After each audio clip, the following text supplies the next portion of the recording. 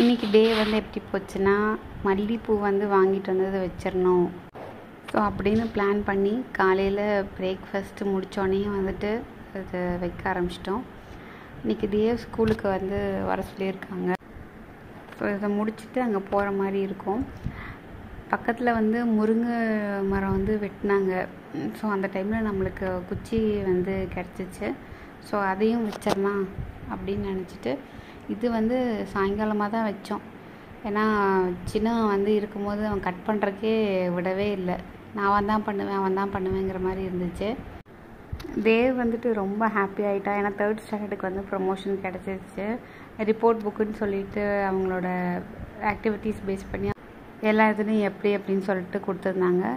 Books கொடுத்துருந்தாங்க, note books கொடுத்துருந்தாங்க, diary, pencil, stationery items எல்லாமே அவங்களே கொடுத்துட்டாங்க. ஷீட்ஸ் எல்லாமே இவங்களுக்கு ஒரே ஜாலி ஆயிடுச்சு.